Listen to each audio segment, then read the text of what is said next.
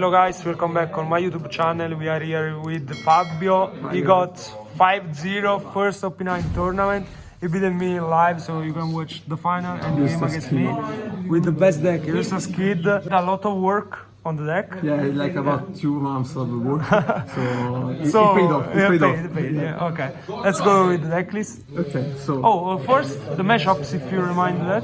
First game was against Slim. Second game was against Bello Betty. Third game against Black Yellow Luffy. The fourth one with the Blackbeard. And the fifth one with Shanks. Okay, so 5 different decks. Yeah, you different decks, and the last 3 decks were a lot of meta decks, so this deck works. Yes, trust me. Let's go. Let's go with the deck profile. First card I want to show you is the one cost event. This is an OP5 card, and this searches for Straw Hat Pirates, for Kid Pirates, and for Heart Pirates. I don't run any Heart Pirates, but it's useful if you want to run like the 4 cost low. This card is very useful. Better than Killer, the one cost Killer, because it can search a lot of different stuff and it's useful. It has like about 38 targets in this deck, so it just never misses.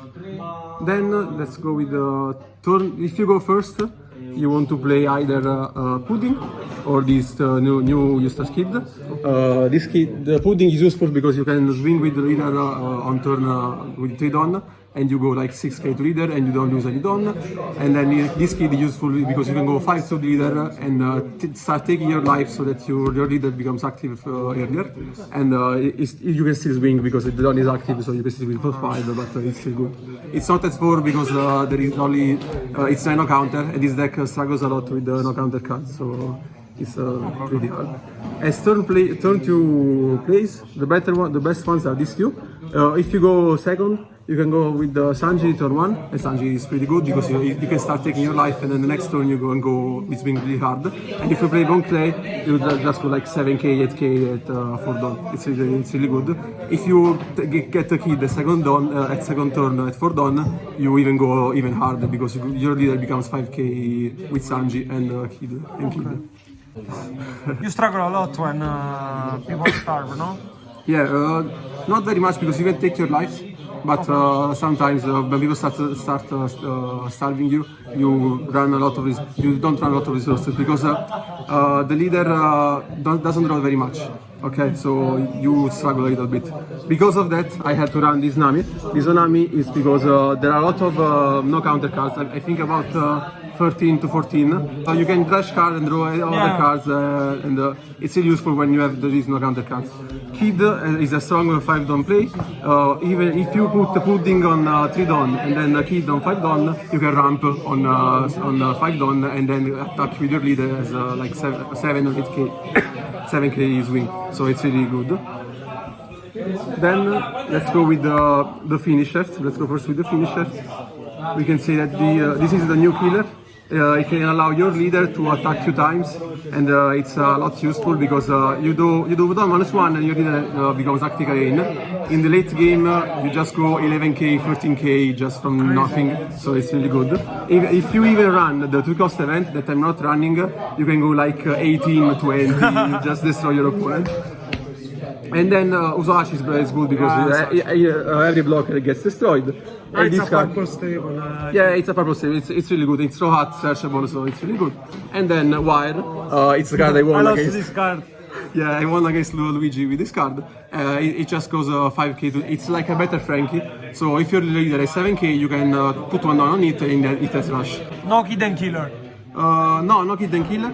I don't play it because it's another no counter. I don't like it very much, but it's a play you can try if you want because it's still a valuable card. It's really good.